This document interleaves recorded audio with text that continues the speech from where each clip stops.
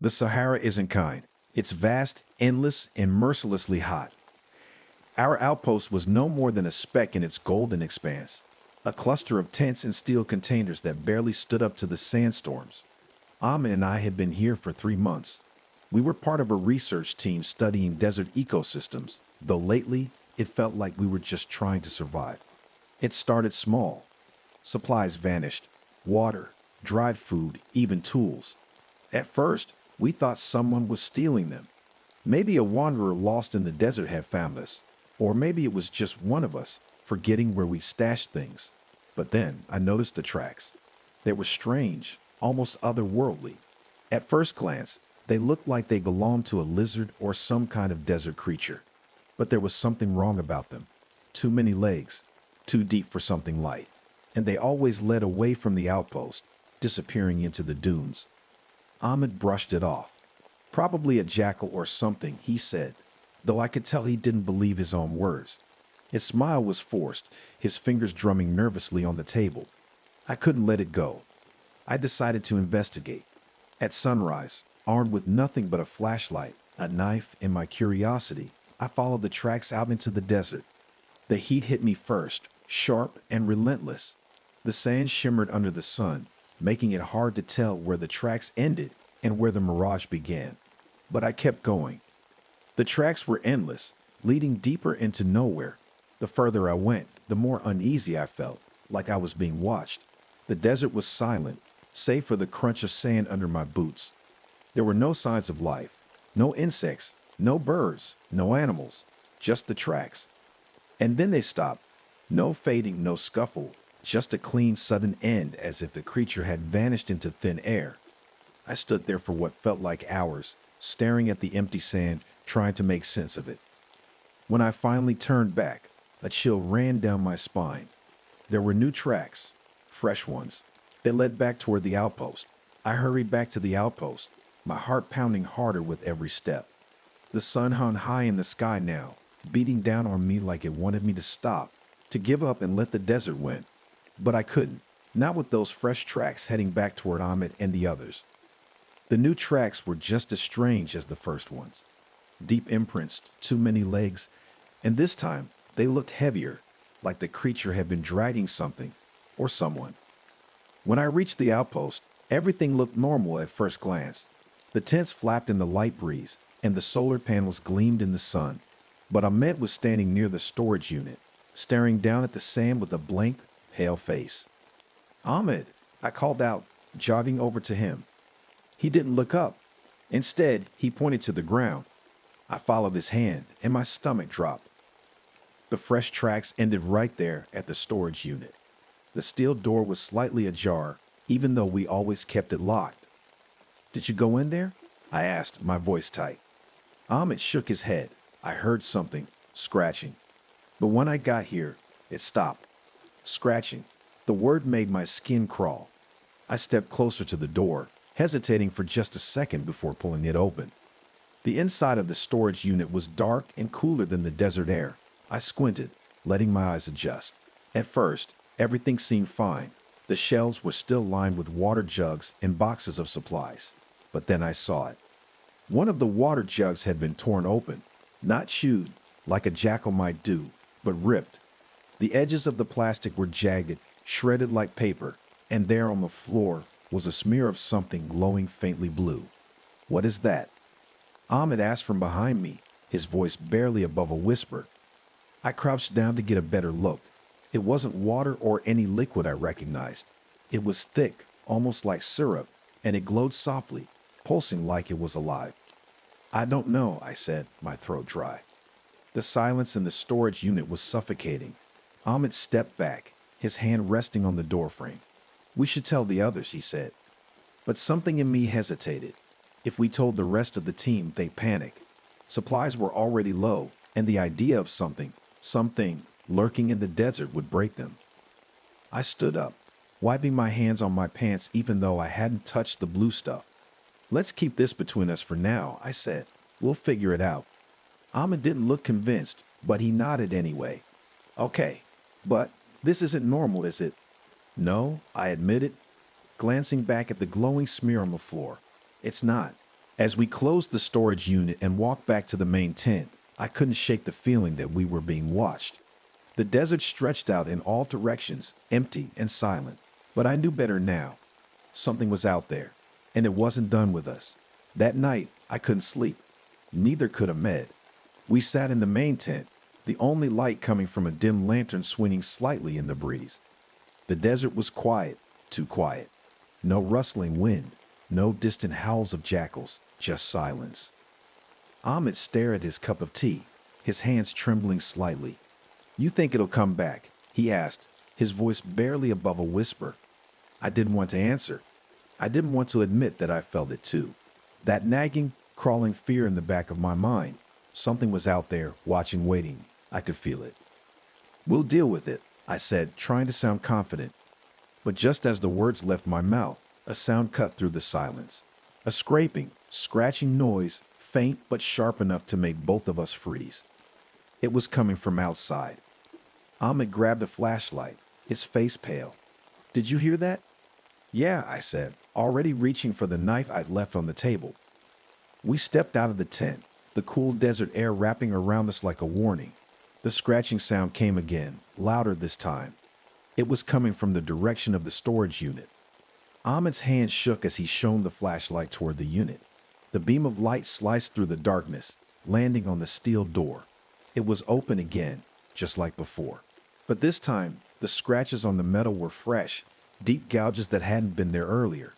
"Stay here," I whispered, though my own legs felt like they might give out. I took a step forward, gripping the knife tightly. The sand crunched under my boots, loud in the silence. I reached the storage unit and pushed the door open wider, the hinges creaking loudly. The flashlight flickered as Ahmed followed me, his breath quick and shallow. "Do you see anything?" he whispered. Before I could answer, a shadow moved in the corner of the storage unit. Fast, too fast. "Run," I shouted, but it was already too late. The creature lunged from the darkness, and for a moment, all I could see were its legs, long, spindly, and covered in bristly hairs. It was like a spider, but much, much bigger, the size of a horse. Its eyes glowed faintly in the light, and its body shimmered with that same eerie blue color we'd seen earlier.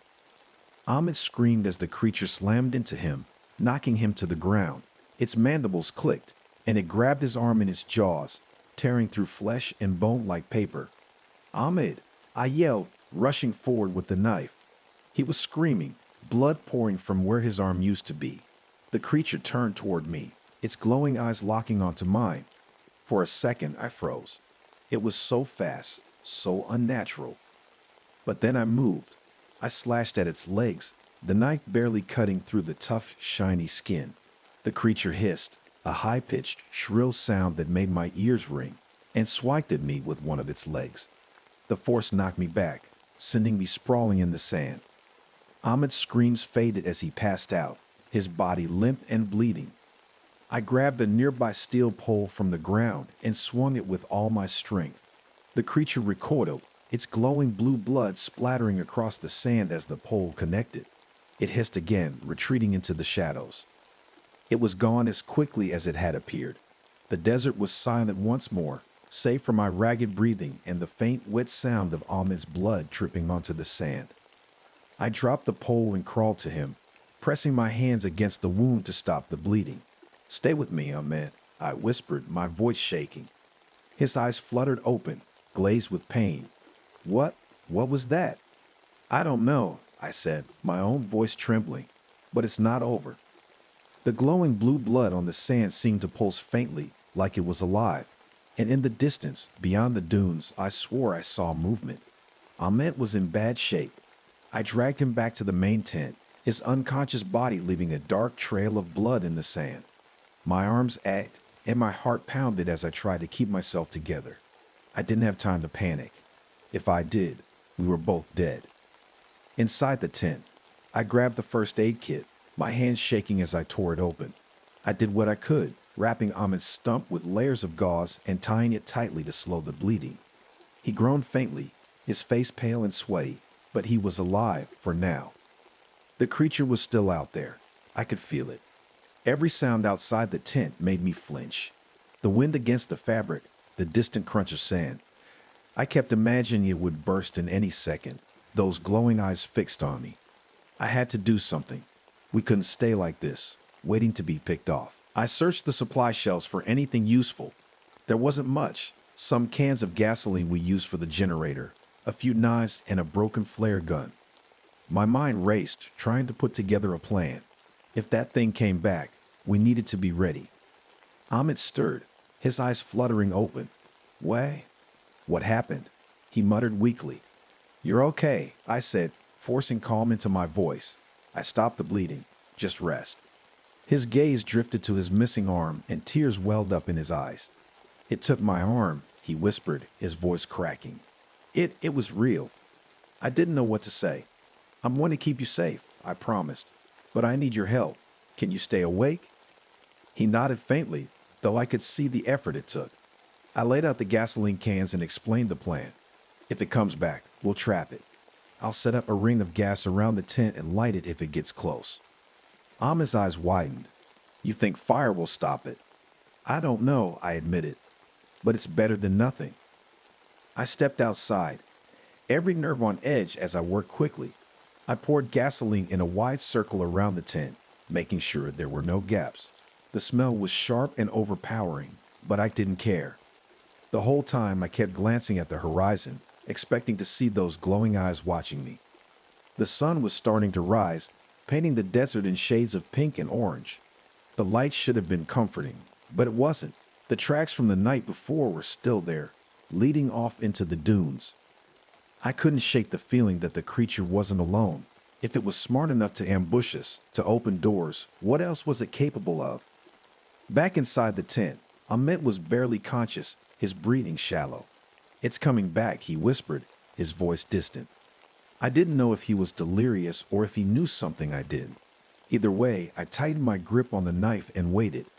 The desert was quiet again, but this time the silence felt heavier, like the calm before a storm. The desert night felt like a heavy blanket, suffocating and still. I sat just inside the tent, the knife in my lap, and the lighter clutched tightly in my hand. The gasoline circle around us was ready, a fragile wall between us and whatever was out there. Ahmed's breathing was shallow but steady.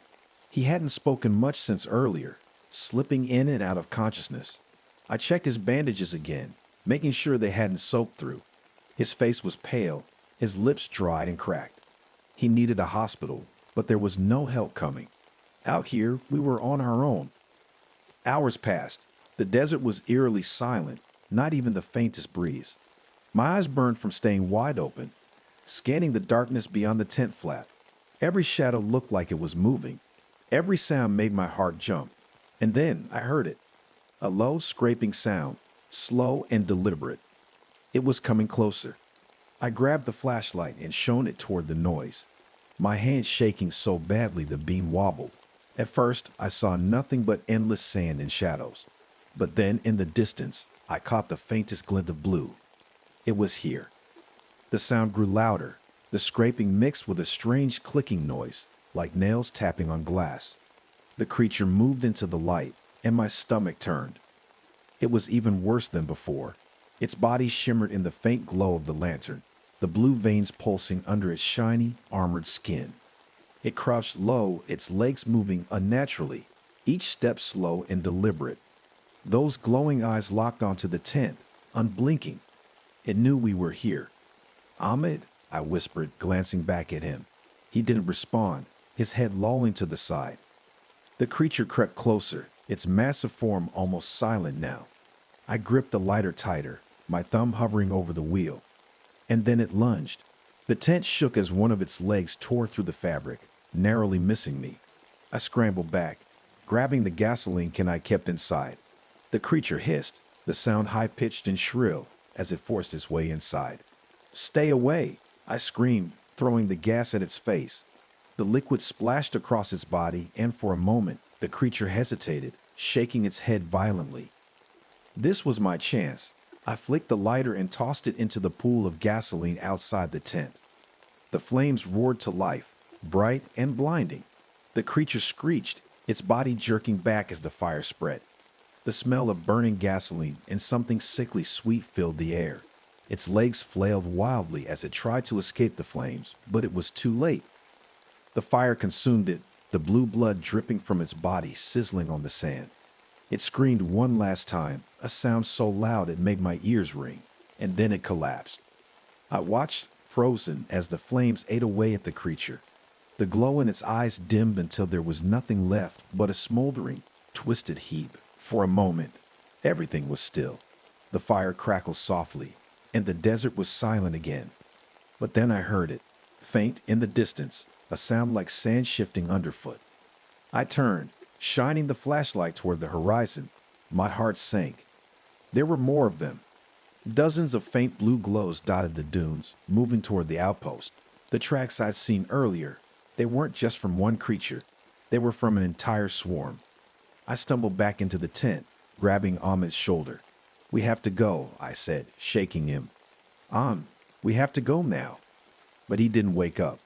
My hands were trembling as I stood in the tent, staring at Ahmed. He was alive, but barely, his breathing shallow and uneven. The flames outside crackled, lighting up the desert in a flickering orange glow.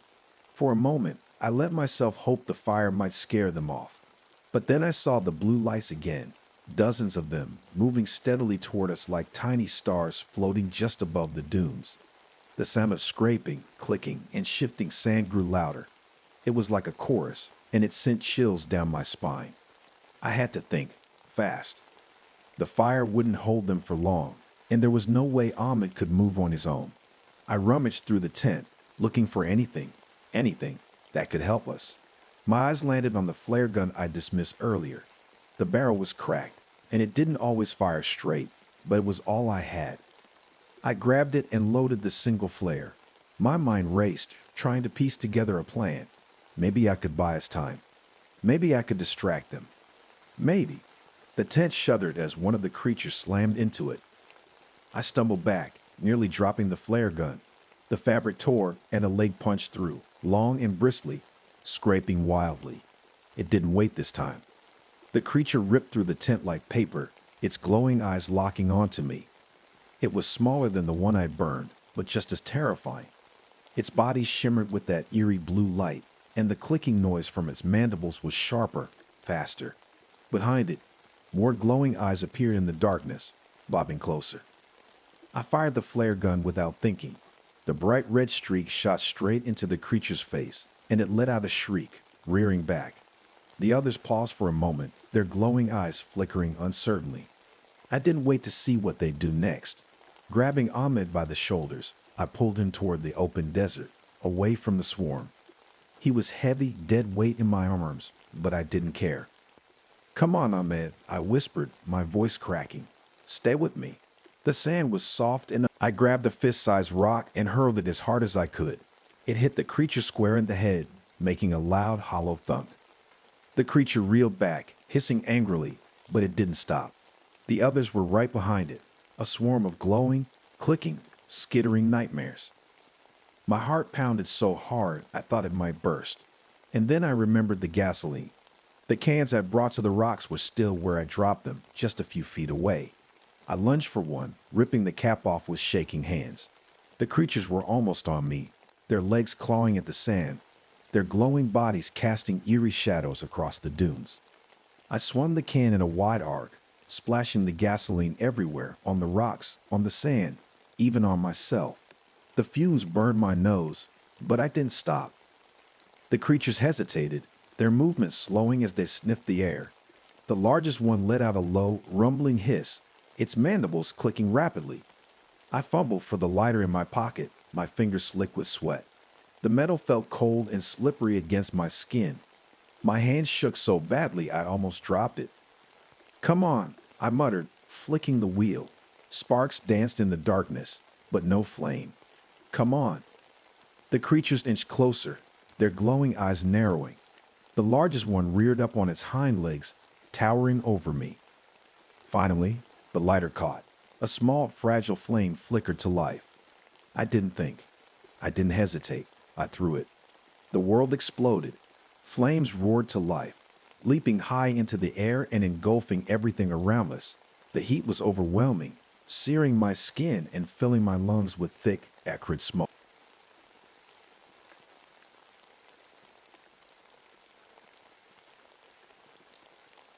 The Adirondack Mountains were always my safe place.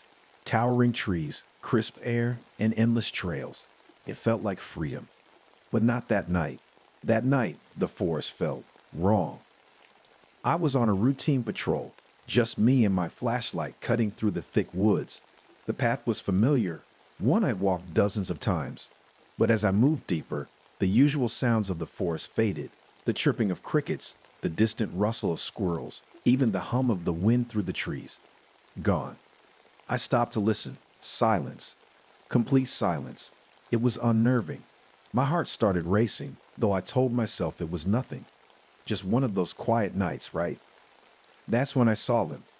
Claw marks. Deep, jagged scratches etched into the bark of a towering pine. But it wasn't just the marks that shook me. It was their height. They were at least 10 feet up, far too high for any bear. I ran my fingers over the grooves, cold and fresh. Something had been here, something big. Probably just an old tree snapping. I mumbled aloud, trying to reassure myself. My voice sounded small, swallowed up by the oppressive stillness around me. I shone my flashlight around, its beam cutting through the dark. Shadows danced between the trees, but nothing moved.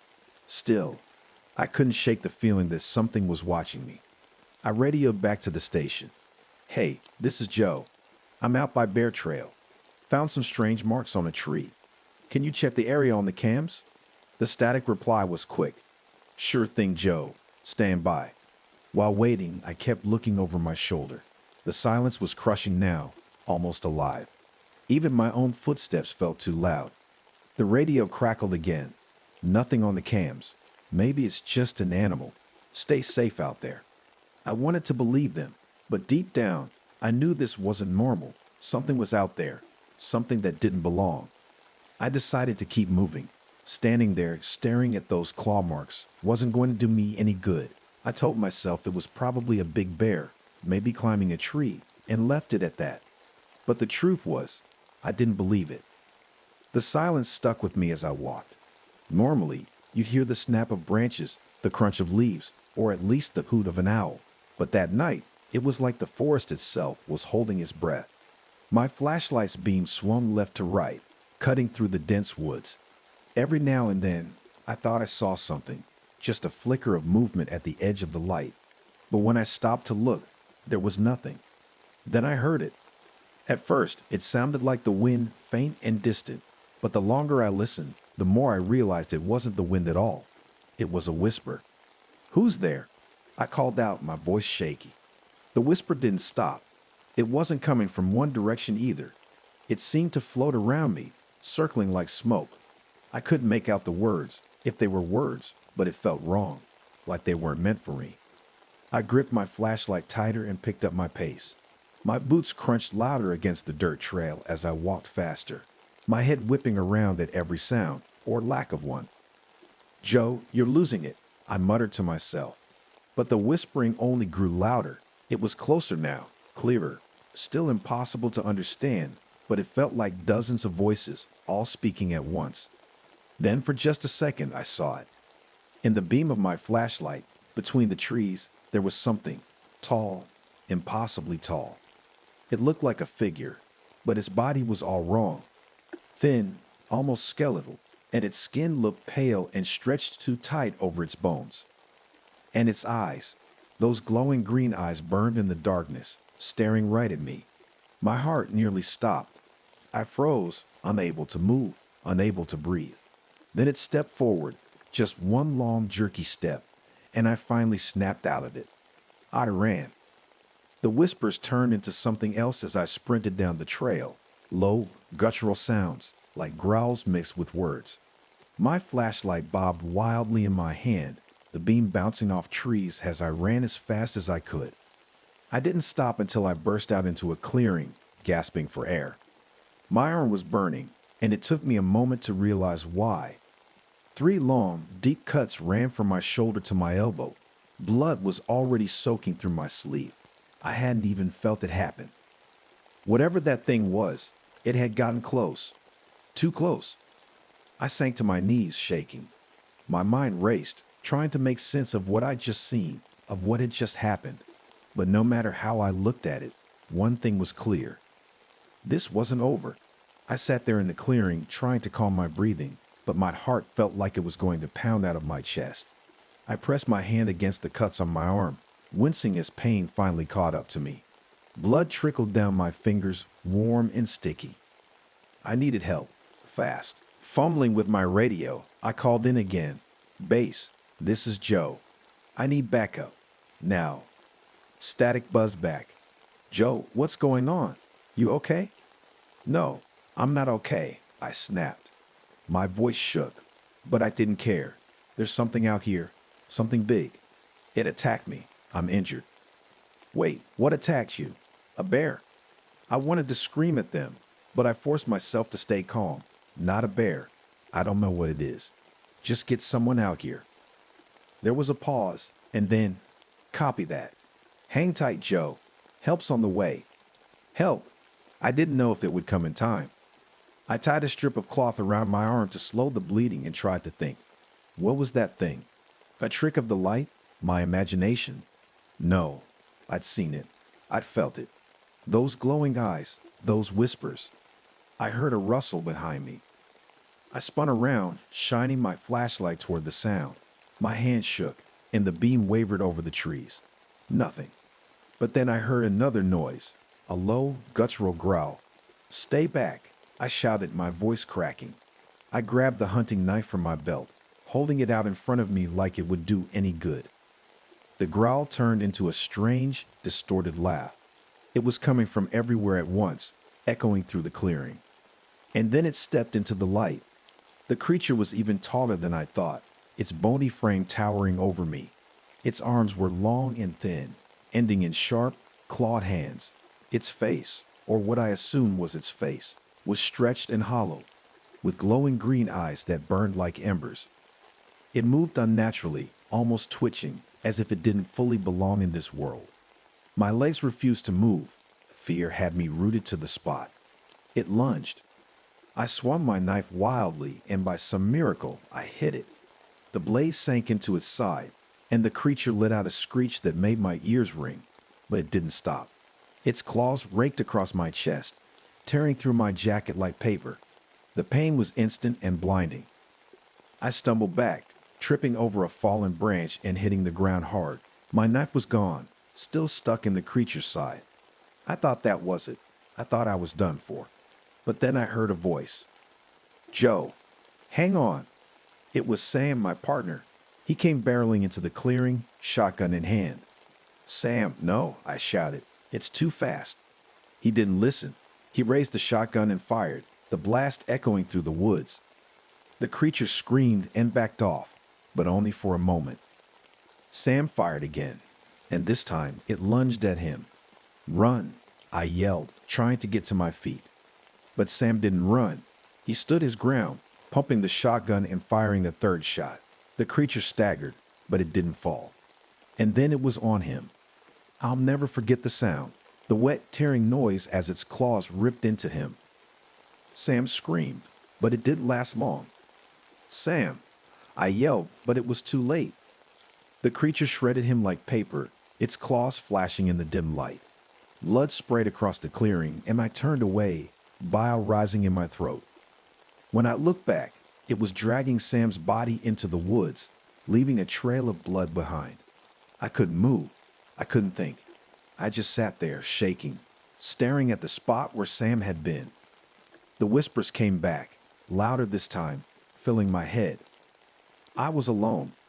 I sat there for what felt like hours, but it was probably only a minute or two.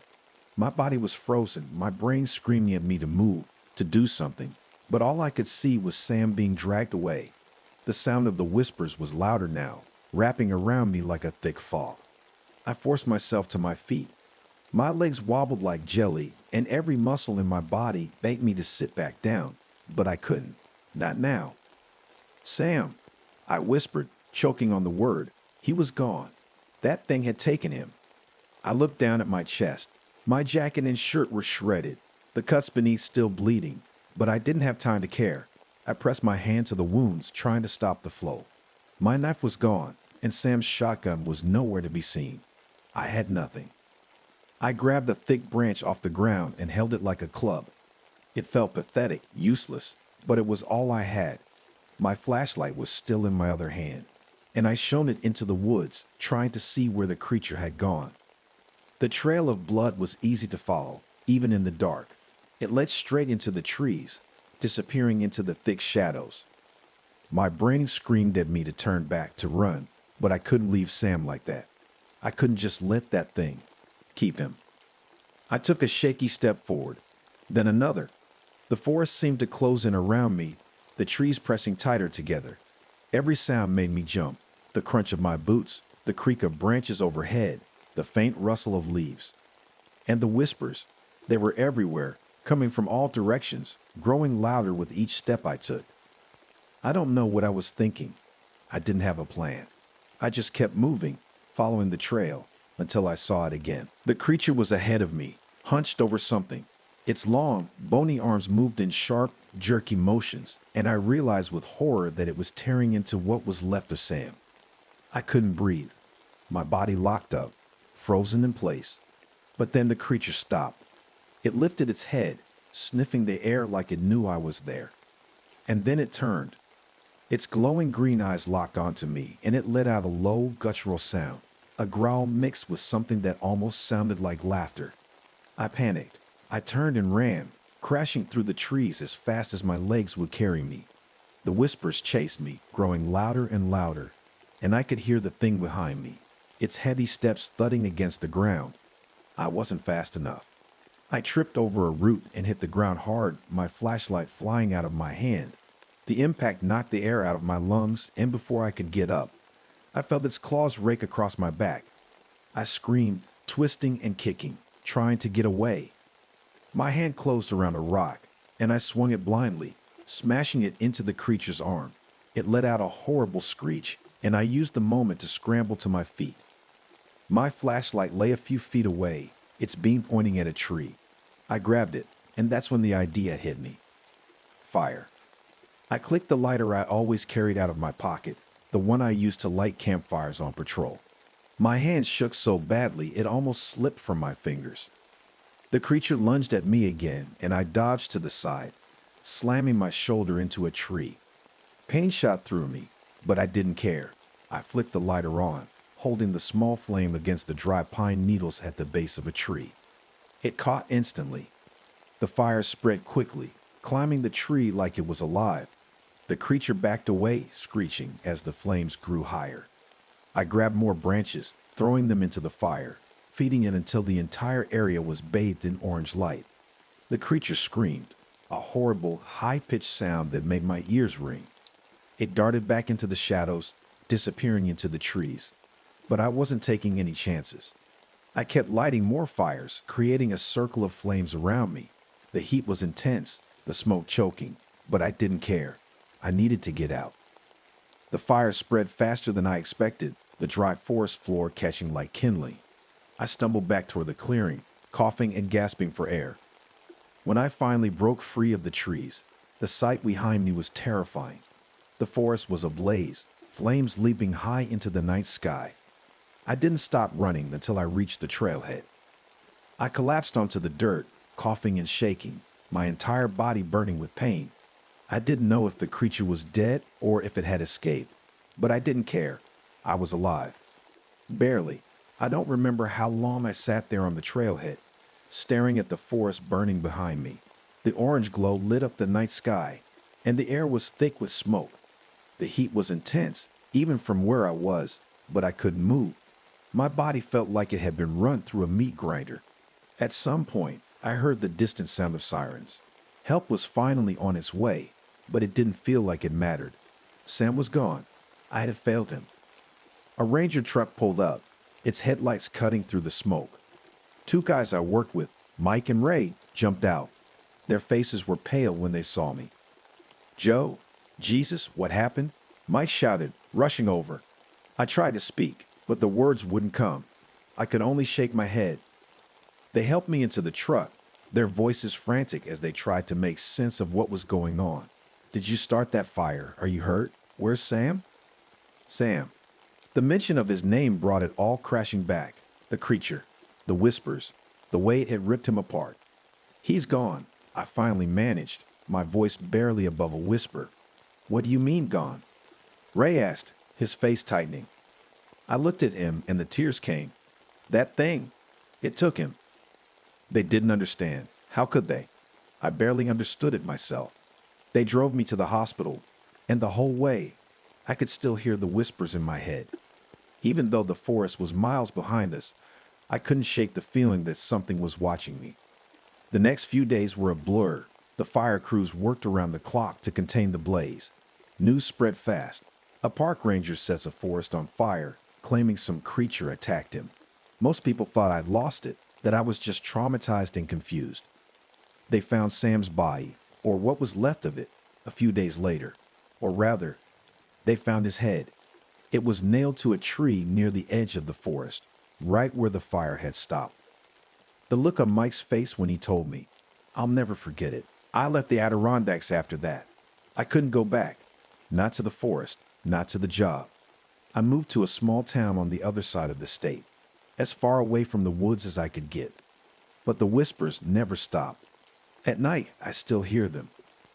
Faint, like a breeze just outside my window. And sometimes I see them, those glowing green eyes watching me from the shadows. I don't know if it's real or if my mind is broken. All I know is that Sam didn't deserve what happened to him. And that thing, it's still out there. If you ever find yourself in the Adirondacks and the forest suddenly goes quiet, run.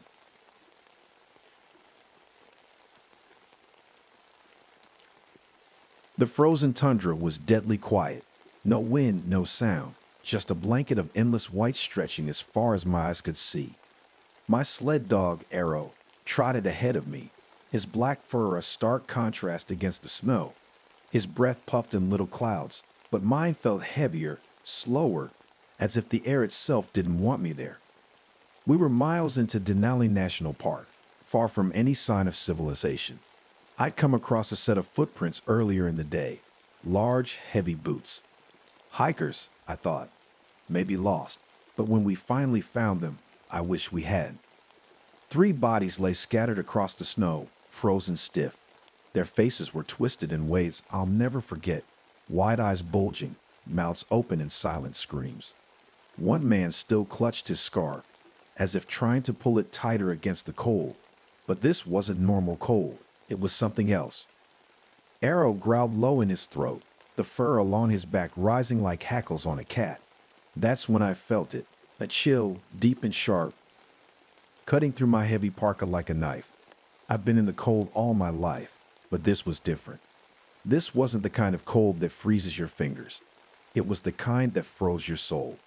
The wind picked up suddenly, whipping snow into my face. My instincts told me to turn back, but I couldn't just leave those people like that. Someone had to know what happened. As I crouched to examine the bodies, Arrow let out a sharp bark and darted toward the edge of the clearing. "Arrow, get back here," I shouted, my voice muffled by the wind. But he wouldn't listen. His growl grew louder, more frantic. And then I saw it, or maybe I felt it first. A shadow shifting in the storm, moving closer. Arrow's growls turned to snarls, and I felt my stomach twist. I gripped his leash tightly and squinted into the storm, trying to make out the shape moving through the snow.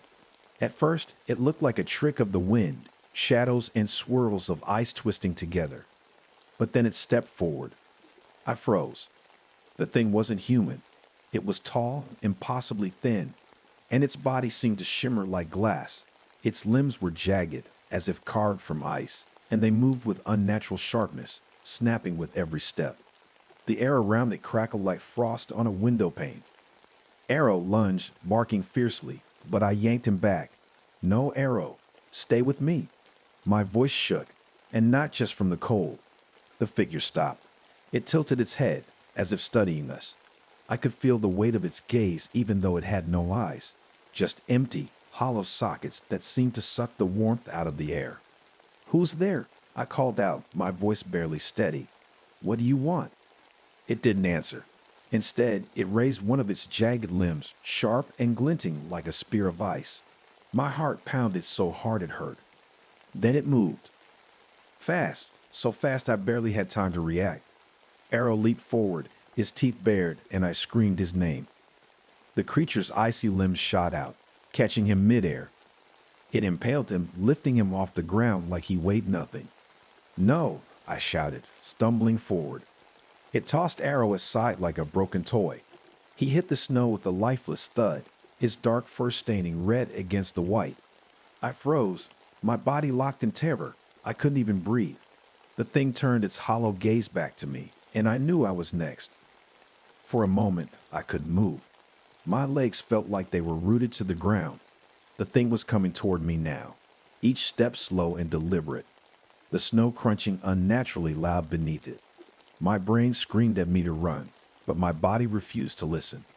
It raised another limb, sharp and jagged like a blade. I stumbled backward, almost tripping over my own feet. "Stay back," I shouted, my voice cracking. The wind howled louder, the snow whipping around me like a furious storm.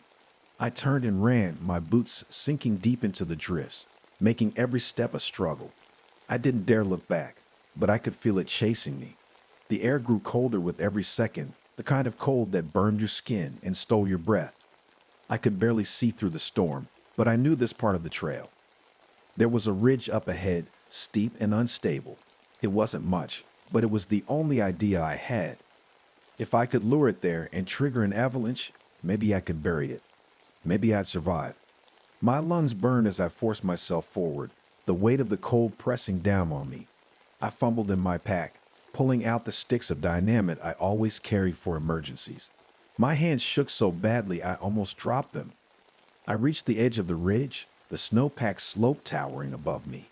My fingers were numb as I planted the dynamite, burying it deep and lighting the fuses with trembling hands. I could barely hear the sizzle of the fuse over the storm. The creature was close now. I could feel it, even though I didn't dare turn around. The air was colder than ever, biting at my face and freezing my breath. I stepped back, my boots slipping on the ice, and turned just in time to see it emerge from the storm. It was only feet away, its hollow eyes locked on me. My heart felt like it might burst, but I didn't run. "Come on," I whispered to myself. "Come on, you monster." The dynamite exploded. The world shook as the ridge gave way, tons of snow and ice crashing down in a deafening roar. The creature let out a sound, something between a scream and a crackle of ice breaking. It lunged at me, and I felt a sharp, searing pain across my legs just as the snow buried it.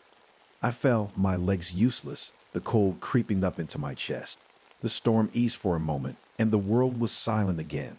I couldn't see the creature anymore, just an endless blanket of white where the ridge had been. But I wasn't sure it was gone.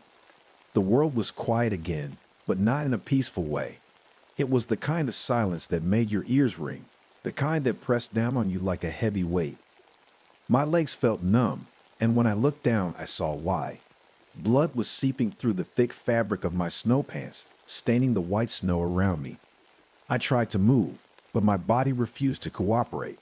The pain in my legs was sharp, and each breath I took felt colder than the last. I reached out, dragging myself a few inches through the snow. "Arrow," I whispered, my voice hoarse. "Arrow." I spotted him a few feet away, lying still. His dark fur was frosted over, his body unmoving. My heart ached in a way that had nothing to do with the cold or the wounds. I crawled toward him, inch by inch, every movement an agony. When I reached him, I pulled his body close to mine, wrapping my arms around him. His fur was stiff and cold, but I held on anyway. He tried to protect me. He'd been brave when I couldn't be. The snow around me felt warmer now, which I knew was a bad sign. That wasn't warmth, it was the cold winning, creeping into my bones, stealing the last bits of heat from my body. I glanced back at the ridge. The snow had settled, a massive, jagged pile where the creature had been. For a moment, I thought it was over, that I had stopped it. But then I noticed something. The snow near the base of the ridge was melting, not all at once, but in strange, winding patterns like something was moving beneath it. The air felt heavier again, colder, as if it was still there, waiting, watching. I squeezed Arrow tighter, tears freezing on my cheeks. I couldn't fight anymore. I couldn't run. The cold was pulling me under, and I didn't have the strength to resist. All I could do was hope that the avalanche had buried it deep enough to stop it, or that someone else would figure out how to end it for good. As my eyes drifted closed, I thought about home, about warm fires and the sound of Arrow's paws on the wooden floor. I thought about the hikers I found and wondered if they had felt this same helplessness in their final moments. And then everything went dark. The rescue team had been searching for days, fighting through the storm that seemed never ending. They said my body was curled up in the snow, arms wrapped around Arrow, like I'd been trying to keep him warm. I wasn't alive, but I wasn't alone. They said there was a strange peace in the way we lay there, like we were just sleeping. But there was something else too, something that made them uneasy. The snow around me had melted in odd patterns, long, thin trails that twisted and turned, leading away from the ridge. The team followed them for a while, but they stopped abruptly, vanishing into the ice as if whatever made them had simply disappeared. No one could explain it. The official report blamed the hikers' deaths on exposure and the harsh weather. My death was marked as hypothermia. Arrow was called a loyal companion to the end. That's the story they gave to the world, the one people could understand. But some of the rescuers, the ones who saw the tracks, they knew better. They spoke in hushed tones about the cold that still lingered near the ridge, colder than it should have been, even for Denali. I don't know if that ice wraith is still out there, hiding beneath the snow, waiting for its next victim.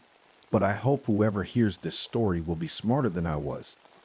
When the air feels too cold, colder than it should be, and the wind carries a chill that bites deeper than the weather can explain, don't ignore it. Turn back, leave, because if you don't, you might not get a second chance. And if you hear the snow crackle like glass behind you, run.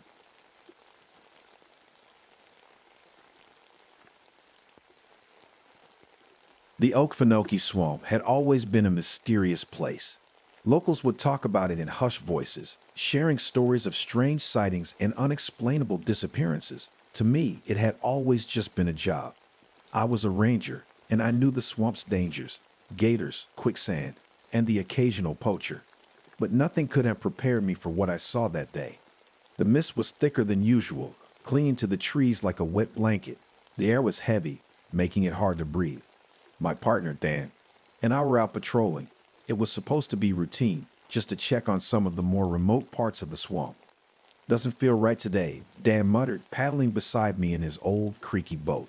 He had a nervous habit of tapping the side with his oar, but today even that was silent. I nodded, gripping my paddle tighter. I felt it too, a kind of stillness that wasn't normal. No birds, no insects, not even the distant splash of a gator, just silence. We were about an hour in when we spotted it. At first, it looked like a pile of rags caught in the roots of a cypress tree. But as we got closer, the smell hit us, a sickening mix of blood and rot. God, what is that? Dan whispered, covering his nose. We drifted closer, and that's when we saw him. A fisherman, or what was left of him. His body was torn open, his insides strung up on the branches like some kind of grotesque decoration. Blood dripped into the water below, spreading in thin, oily trails. I froze, my stomach churning. This wasn't an animal attack. No gator or bear could do something like this. Dan leaned over, squinting at the mess. Who could have done this? I don't know, I managed to say, my voice shaking. But we need to report it, now. As I turned the boat, something caught my eye, a movement in the water. It was quick, just a ripple, but enough to make my skin crawl. Did you see that? I asked, my heart pounding. Dan shook his head. See what? I didn't answer. I didn't want to. Deep down, I already knew something was watching us. We paddled away from the gruesome scene, neither of us saying much. The silence between us felt heavier than the mist hanging in the air.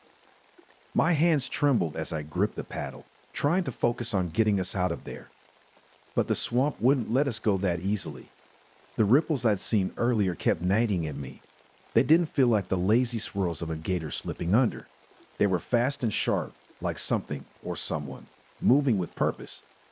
Dan finally broke the silence. You think this could have been poachers, or maybe some kind of cold thing. He glanced back at the cypress tree, his face pale. I don't know, I said, my voice low. But whatever it is, it's not normal. Dan nodded and kept paddling. The oar hit the water with soft splashes, the only sound breaking the swamp's eerie quiet. Even that felt too loud, like it might draw something's attention. We rounded a bend in the narrow channel, the trees pressing in closer on either side. The air smelled damp and earthy, but there was a soreness underneath, faint but wrong. I tried to ignore it, but my skin prickled, as if the swamp itself was watching us. Hold up, Dan said suddenly, stopping his boat. What now? I asked, trying to keep my voice steady. He pointed ahead. Look. At first, I didn't see anything. Then I noticed the water, dark and still, almost unnaturally so. It didn't ripple, even when the breeze brushed the surface. A patch of moss floated nearby, but something about it looked off. It wasn't just moss. It was too big, too solid. Is that a log? Dan asked, squinting. No, I said, my gut twisting. It's not a log. The thing moved. Slowly, almost lazily, it slid under the water, leaving nothing but tiny bubbles behind. Dan and I sat frozen, staring at the spot where it had disappeared. That wasn't a gator, he whispered. No, I agreed. It wasn't. We didn't talk about it after that. What could we say? We just kept paddling, faster this time, our boats cutting through the murky water. But the swamp didn't stay quiet. Behind us, there was a splash, loud and sudden. It echoed through the trees, sending birds fluttering into the mist. Dan twisted around, his oar raised like a weapon. What was that? He asked, his voice tight. I don't know, I said, trying to sound calm, even though my heart was hammering. Another splash, closer this time. I turned just in time to see a shadow slide beneath the water, long and sleek, moving with impossible speed. We need to go, I said, barely keeping the panic out of my voice. Now. Dan didn't argue. He dove his oar into the water, and I did the same. The boats lurched forward, the swamp rushing past us in a blur of gray and green.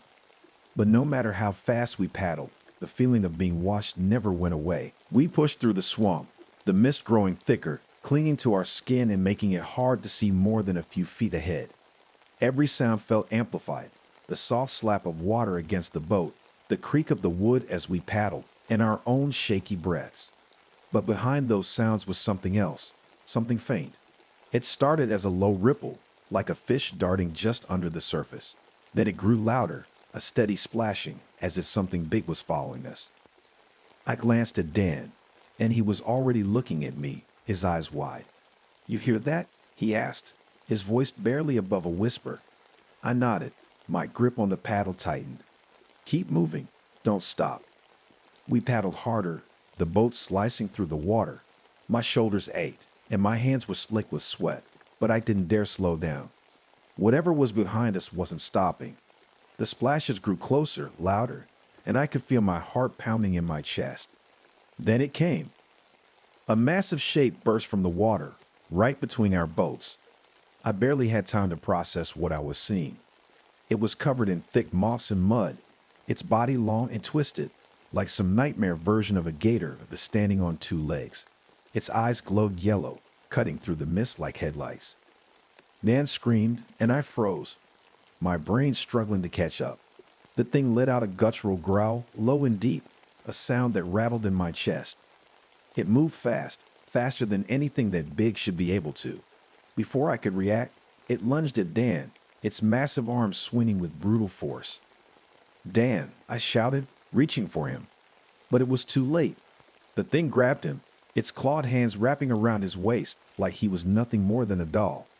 Dan's screams were sharp and guttural, filled with raw animal fear. He thrashed, trying to break free, but the creature was too strong. Help me, Dan screamed, his voice echoing in the trees. I grabbed my paddle and swung it at the creature, the wood cracking against its mossy hide. It barely flinched. With a flick of its arm, it sent Dan and his boat flying into the water. Dan, I yelled again, paddling toward him. But the creature didn't let him go. It dragged him under, its glowing eyes the last thing I saw before the surface closed over them both. The water stilled for a moment, the ripples fading into nothing. Then a red stain began to spread, blooming out like a flower in the murk. I sat there, frozen, my paddle limp in my hands. The swamp was silent again, but it wasn't the peaceful kind of silence. It was heavy, suffocating, like the swamp itself was holding its breath. "Dan," I whispered, my voice cracking. But he didn't come back up. I couldn't move for what felt like forever, staring at the spot where Dan had disappeared.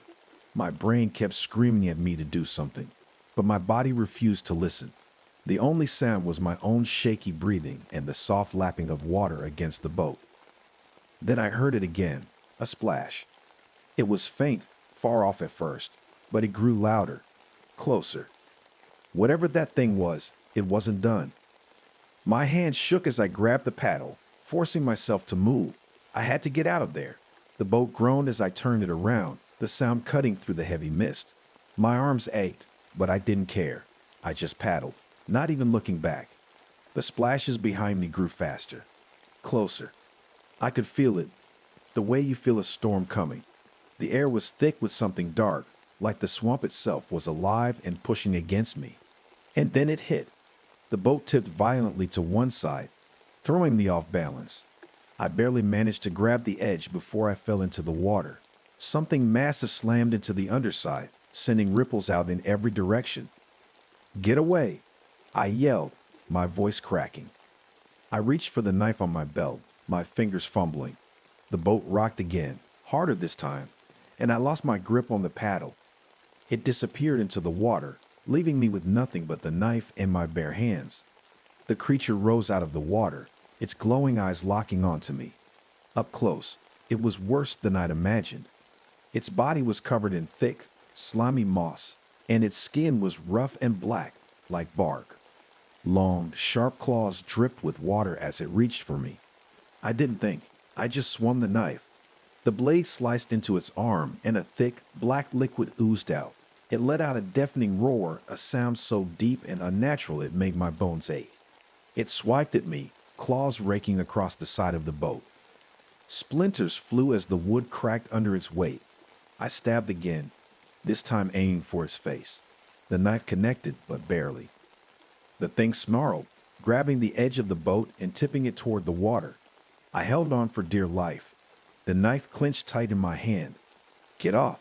I screamed, stabbing blindly. I hit something solid, and the creature let out another roar. Its grip loosened, and for a moment, I thought it might back off. But instead, it dove forward, grabbing me by the leg and yanking me into the water. The cold hit me like a punch to the chest. My head went under, and all I could see was darkness.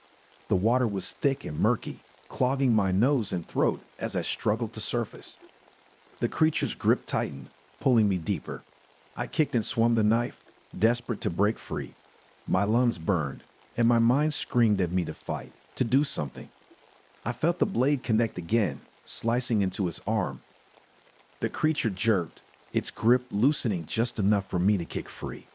I swam upward, my arms flailing against the weight of the water. I broke the surface, gasping for air. My boat was still nearby, tipped on its side but floating. I swam toward it, coughing and choking as I dragged myself back on board. Behind me, the water rippled again, the creature's glowing eyes just visible beneath the surface.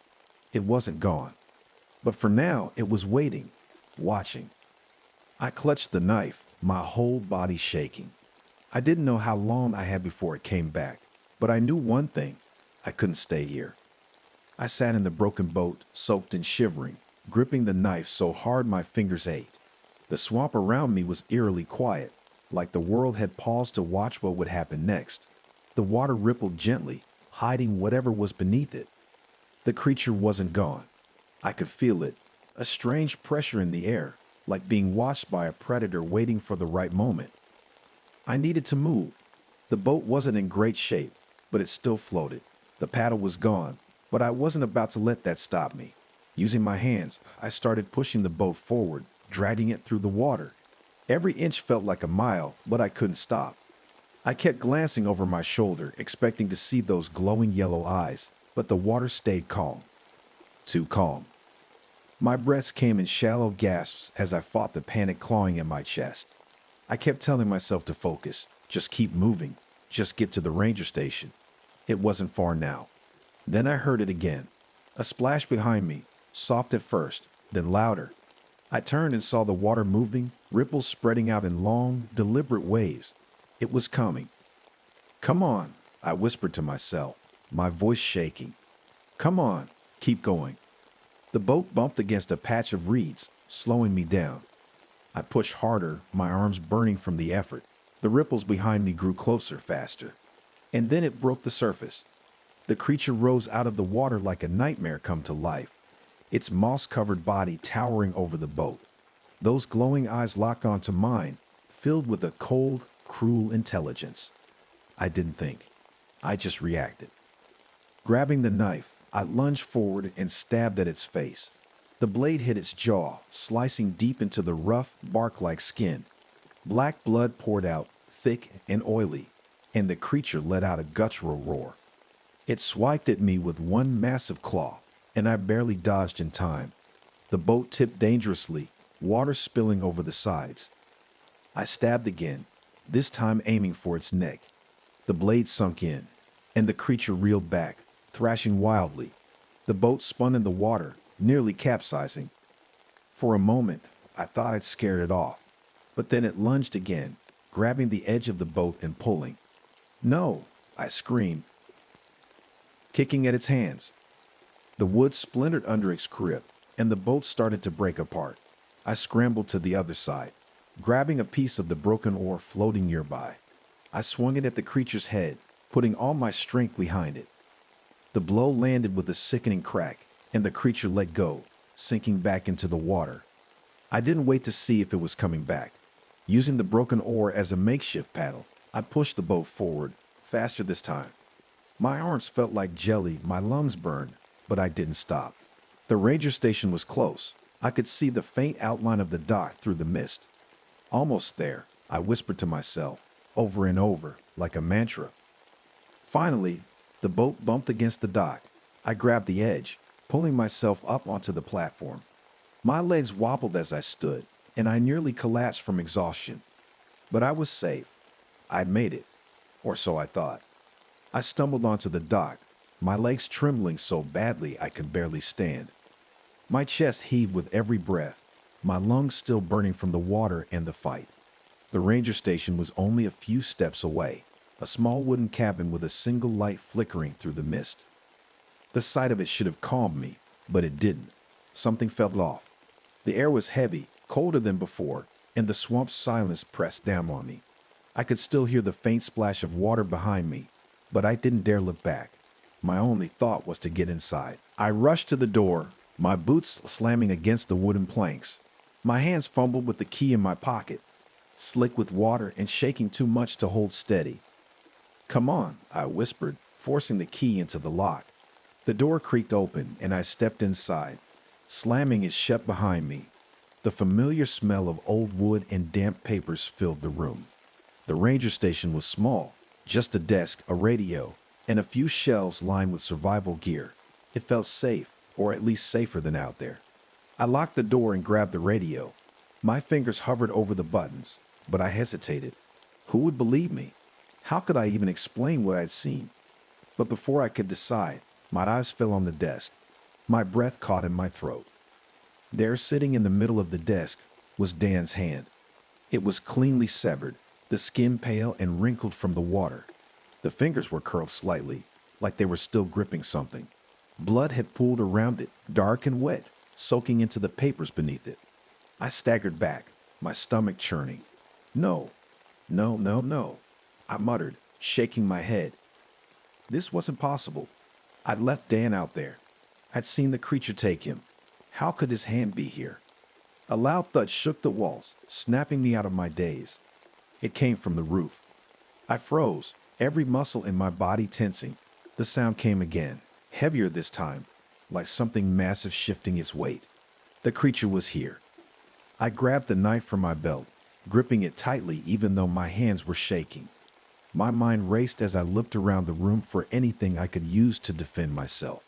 The shelves were bare except for a flashlight and an old flare gun. The thudding moved to the side of the building, then the door. The wood groaned under the weight, and I heard the faint sound of claws scratching against it. I backed away, holding the knife in one hand and the flare gun in the other. My heart pounded in my ears as the door rattled. And then it stopped. Silence. For a moment, I thought maybe it had gone, but then the window shattered. Glass exploded inward, and the creature's massive arm reached through, its claws swiping wildly. I ducked, barely avoiding the sharp edges as I scrambled to the other side of the room. I raised the flare gun, aiming at the window. The creature's glowing eyes met mine through the broken glass. "Get back," I shouted, my voice hoarse. It didn't move. I pulled the trigger, and the flare shot out with a loud pop, hitting the creature square in the face. The light was blinding, and the room filled with the acrid smell of burning moss and flesh. The creature let out a deafening roar, pulling back through the window. I didn't wait to see if it was still there. Grabbing the flashlight, I bolted out the back door, running as fast as my legs would carry me. The swamp stretched out in every direction, but I didn't care where I went as long as it was away from the station. The mist swallowed me, and the sounds of the swamp grew distant. I kept running until my legs gave out, collapsing onto the damp ground. My chest heaved, my mind racing with everything I'd seen. I was alive, but I knew the swamp wouldn't let me leave that easily. And somewhere out there, the creature was still watching.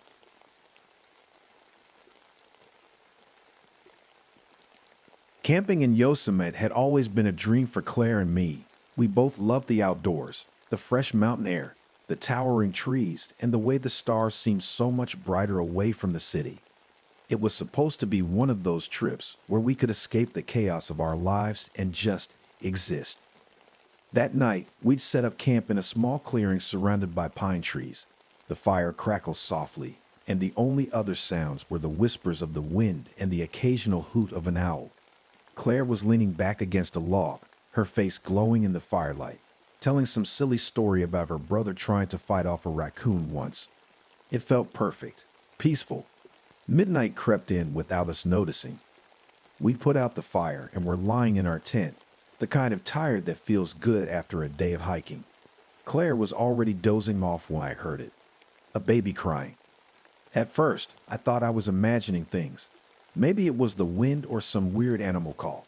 But then it came again, faint, but definitely a baby. "Claire," I whispered, nudging her shoulder. She mumbled something, half asleep. "Wake up. Do you hear that?" Claire stirred, rubbing her eyes. Then she froze. Her face tensed as the sound reached her ears too. "Is that a baby?" I nodded. My chest tightened. We were miles from the nearest road, let alone any houses or campsites. There shouldn't have been anyone out here, especially with a baby. "We have to check," Claire said, sitting up and grabbing her flashlight. "Wait," I put a hand on her arm. "What if it's, I don't know, some kind of animal or a trick?" She gave me a look. "A trick? Out here?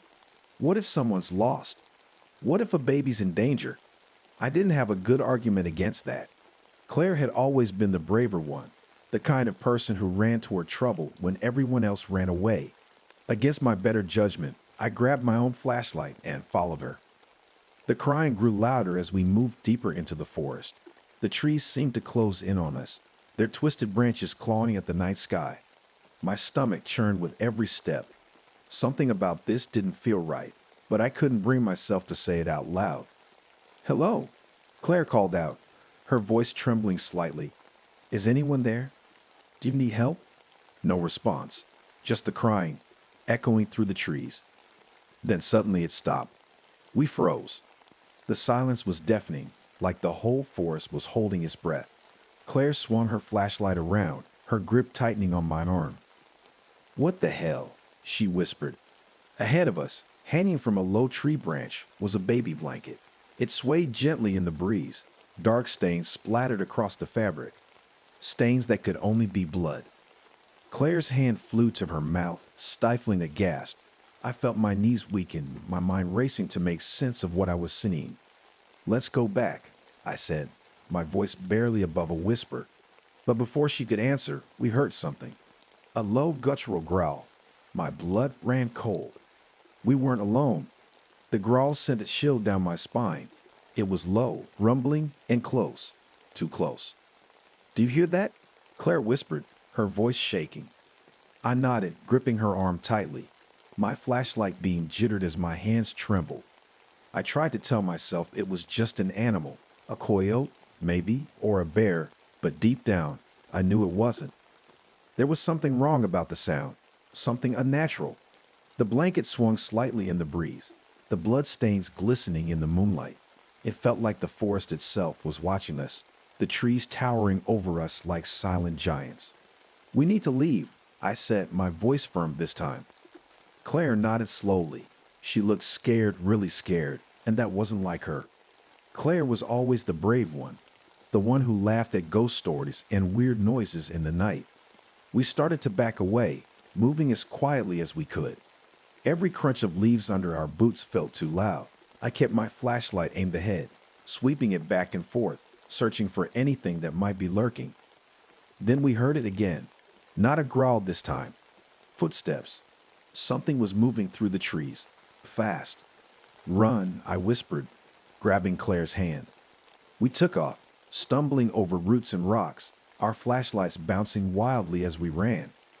My heart was pounding so hard it felt like it would burst out of my chest.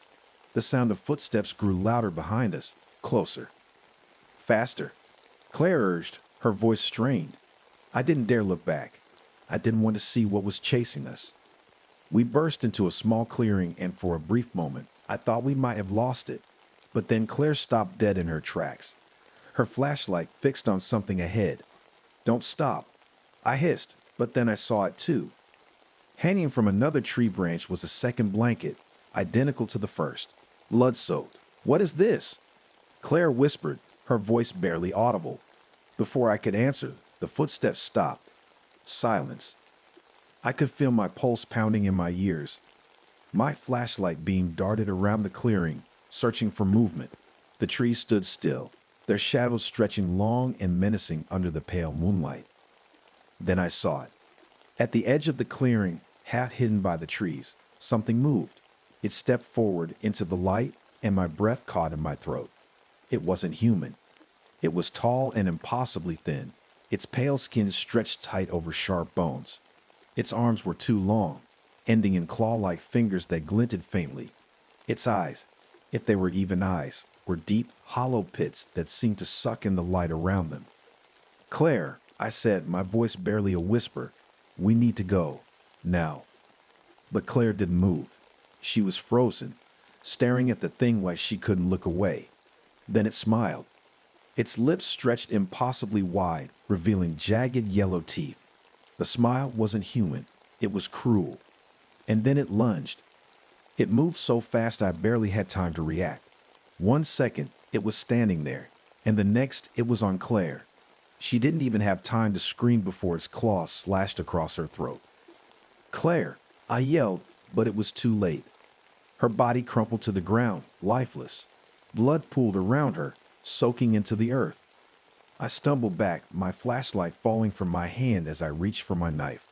My chest tightened with fear, and my mind screamed at me to run, but my legs wouldn't move. The creature turned its hollow eyes toward me. It tilted its head, almost curious, and then it let out a horrible, high-pitched laugh. And it came for me. I barely had time to react as the thing charged at me. My hands fumbled to pull the knife from its sheath on my belt. It was a military knife, sharp and sturdy, but it felt useless against something like this. The creature was faster than anything I'd ever seen. One moment, it was 10 feet away. The next, it was right in front of me, its claws swiping through the air. I stumbled back, falling hard on the ground, just as its claws slashed at my chest. The pain was blinding. Hot and sharp, it tore through me like fire. My shirt was instantly soaked with blood, and I could feel it dripping down my skin. But adrenaline is a strange thing. It dulls the pain, sharpens your focus. I gritted my teeth and swung the knife as hard as I could. The blade sank into the creature's arm. It screeched, a horrible, ear-piercing sound that echoed through the forest. Its long, skeletal body jerked back, but it didn't seem hurt. If anything, it looked amused. It tilted its head, those hollow eyes locking onto mine, and then it smiled again. That same awful, too wide grin. "You think that'll stop me?" it hissed. I froze. The voice didn't sound right. It was high-pitched and distorted, like static on a broken radio. It didn't even seem like it came from the creature's mouth, but from somewhere deep inside it. And then it laughed. That sound, I'll never forget it. It was like nails on a chalkboard mixed with the cry of an animal dying. My stomach turned, but I forced myself to stay focused. The creature lunged again, swiping at me with its claws. I rolled to the side just in time, grabbing my flashlight from where it had fallen. It wasn't much of a weapon, but it was something. I shone the beam directly into its face. It screamed, jerking back and clawing at the air like the light burned it. For a second, I felt hope. Maybe it was vulnerable to light. But then it stopped. It stood there, breathing heavily, and looked at me again. Slowly, it stepped closer, its movements jerky and unnatural. I swung the knife again, aiming for its chest this time. The blade sunk deep, and the creature staggered, its smile fading for the first time. "You can't kill me," it rasped. Its voice was quieter now, almost mocking. I yanked the knife out, blood, or something that looked like blood, oozing from the wound. But it didn't fall. It didn't even flinch. "You're not strong enough," it said, taking another step toward me. My mind raced. I couldn't fight this thing. Not like this. I had to get away. The creature lunged again, but this time I was ready. I ducked under its claws and stabbed it in the side. It screamed again, louder this time, and stumbled back. That was my chance. I turned and ran. My legs felt like they were made of lead, and every step sent a jolt of pain through my chest. But I didn't stop. I couldn't stop. Behind me, I could hear the creature crashing through the trees, chasing me. Its laughter echoed in the night, chilling and relentless. "Run, little one," it called. "Run while you can." I didn't look back. My lungs burned, and my vision blurred, but I kept going.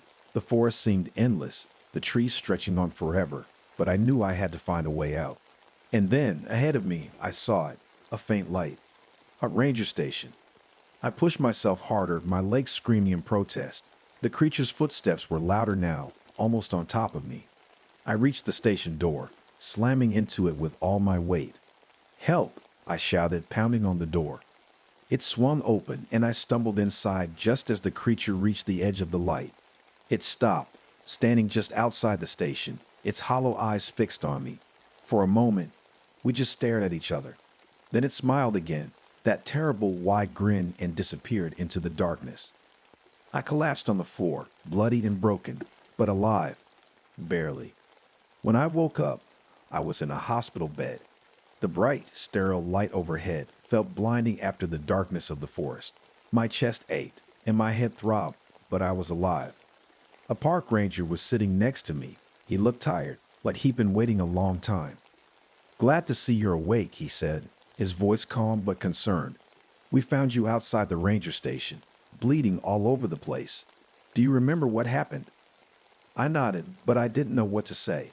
What could I say? That some nightmare creature killed Claire and chased me through the woods? That it laughed and spoke and didn't die no matter how hard I tried? "They'll think I'm crazy," I muttered. The ranger frowned. "Try me." I hesitated, staring at my hands. My chest was bandaged, and I could feel the deep cuts beneath the gauze. The pain reminded me it wasn't a nightmare. It had been real. There was something out there, I finally said, my voice shaking. Something, not human. It killed Claire. His face didn't change. He just nodded, like he'd heard this before. "We found your campsite," he said after a long pause. "There was blood, a lot of it, but we didn't find Claire." I felt like the air had been sucked out of the room. "What do you mean, you didn't find her?" "She was there. I saw." "We searched for hours," he said gently. "We didn't find any signs of her." I slumped back against the pillow, my heart sinking. Claire was gone, completely gone.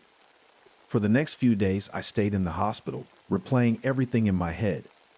The cries in the woods, the blood-soaked blanket, the creature's hollow eyes. None of it made sense, but it didn't matter. I knew what I'd seen. When I was finally discharged, the rangers asked me not to talk to the media. They said it was for my own good, that no one would believe me. Maybe they were right. But the story didn't end there. Months later, I started hearing things. Stories from hikers, whispered in online forums and over campfires. People said they heard crying in the woods near Half Dome. Sometimes it sounded like a baby, other times like a woman calling for help. One post caught my attention. A hiker wrote about hearing a woman's voice, soft and desperate, calling out, "Please, someone help me. I'm lost." The hiker followed the sound but stopped when he found a blanket hanging from a tree. It was stained with something dark. I knew then what I feared all along. The voice they were hearing wasn't Claire. Not really. It was that thing, luring people deeper into the woods just like it had lured us. And it's still out there, waiting.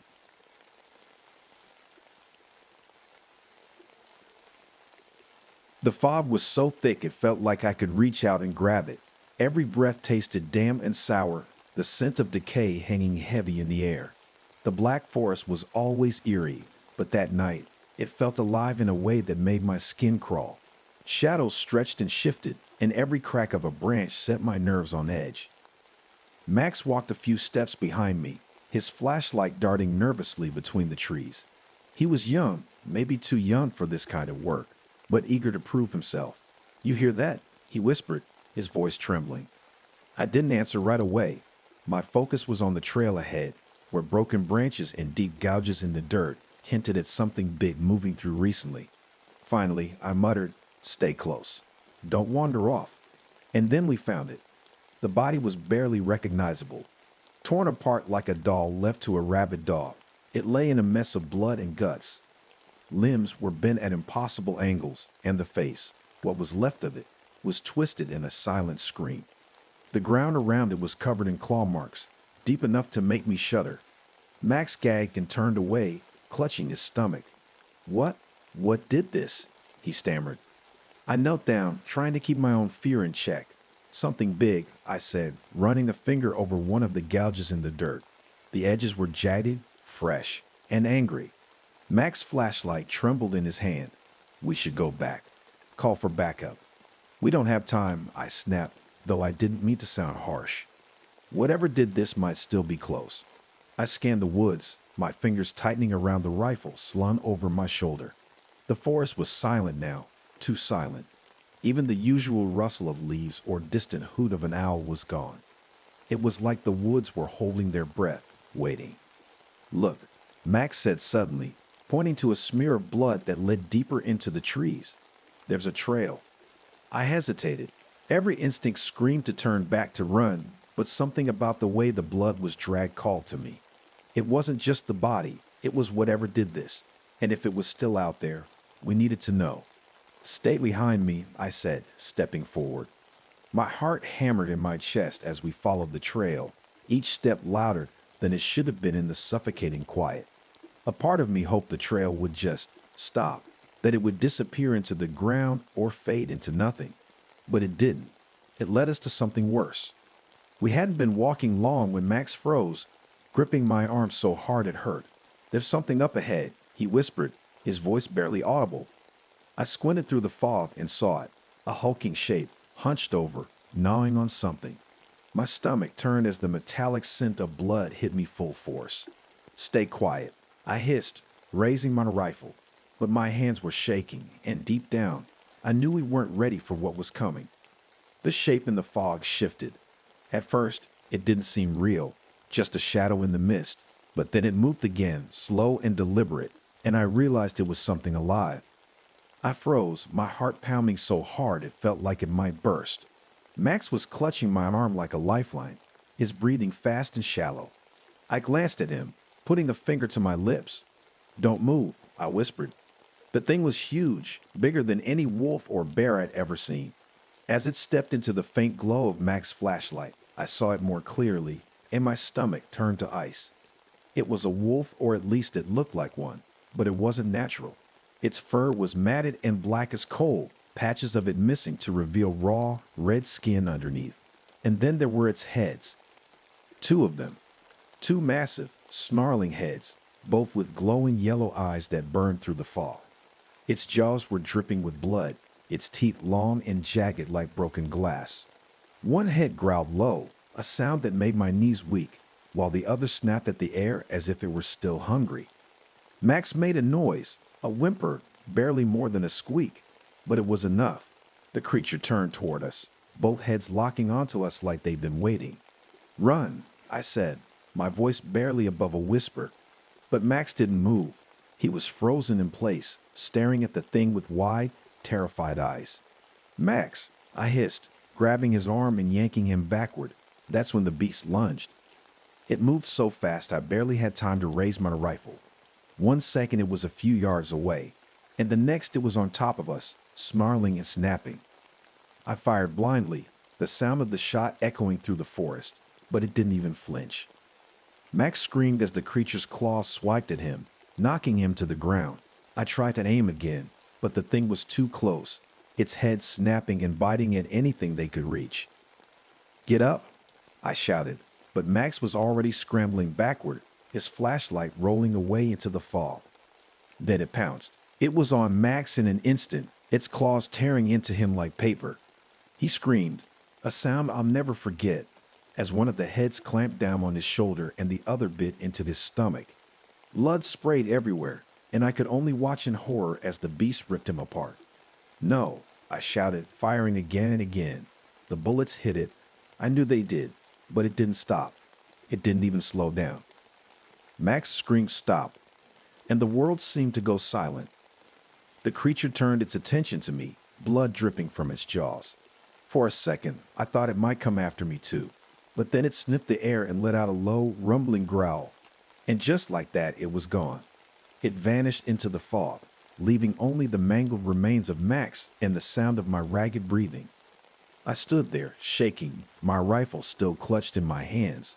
My mind raced, trying to make sense of what had just happened. What was that thing? And why did it leave me alive? But deep down, I knew I wouldn't get any answers. Not yet. I stumbled over to what was left of Max, my legs barely holding me up.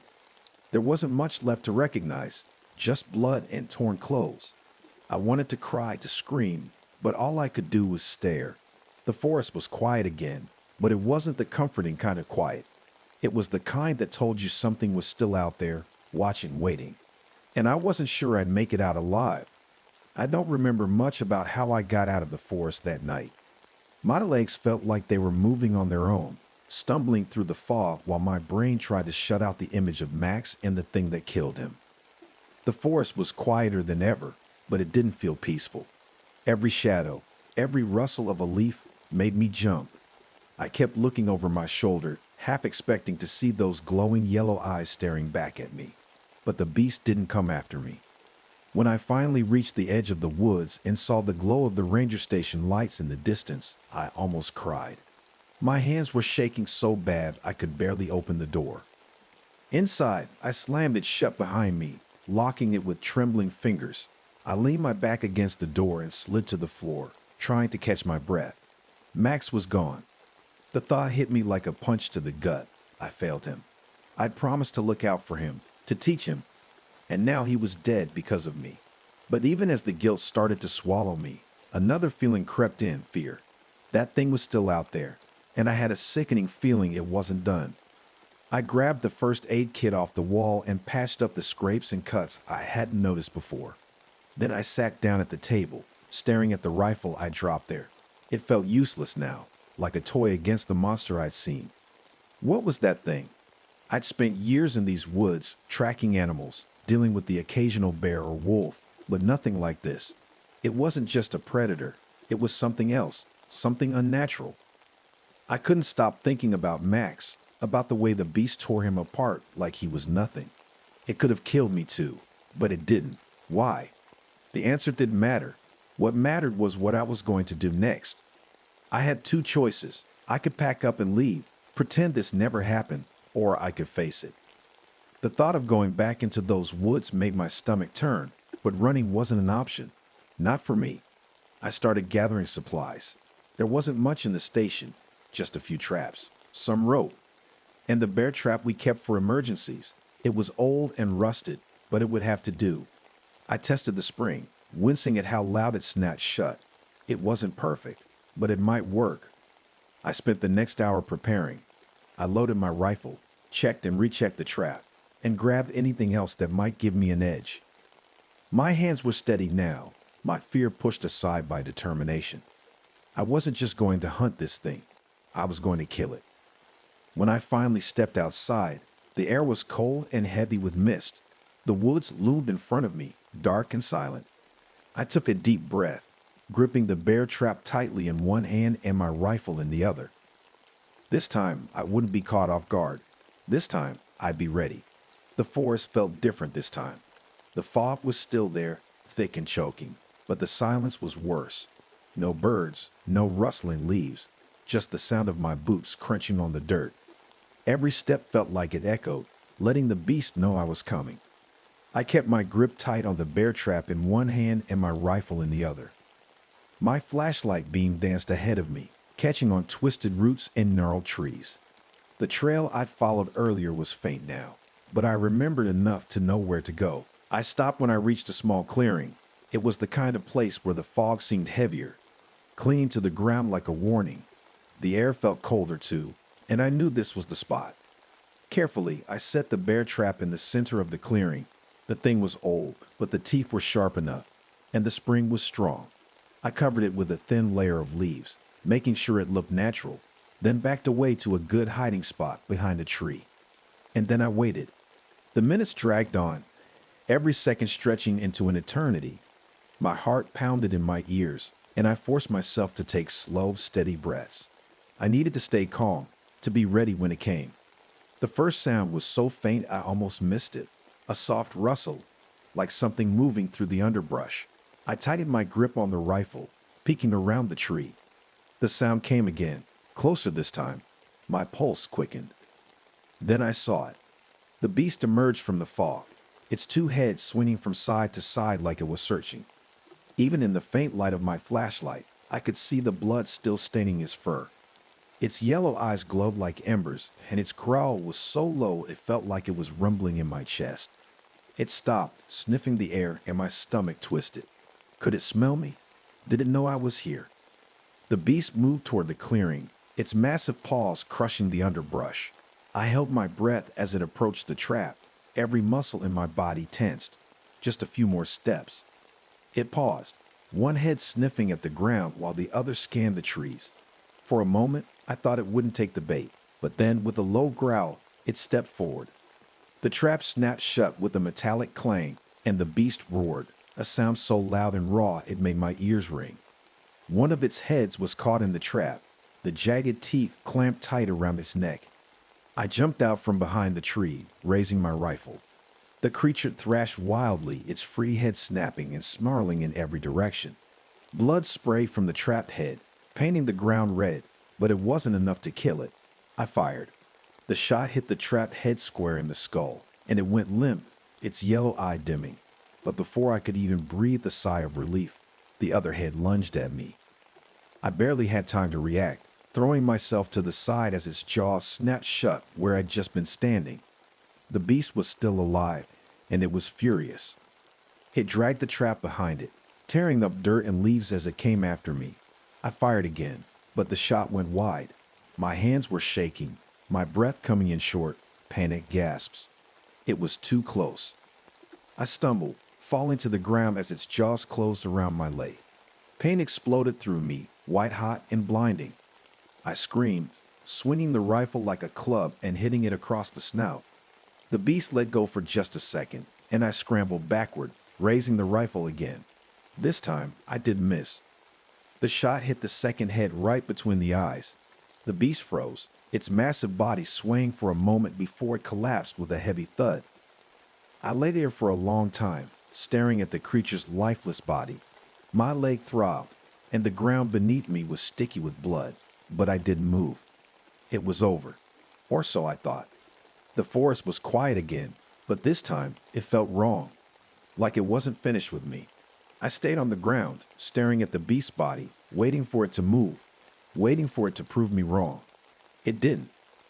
After what felt like forever, I forced myself to move. My leg was a mess, bloody, torn, and screaming with pain every time I shifted.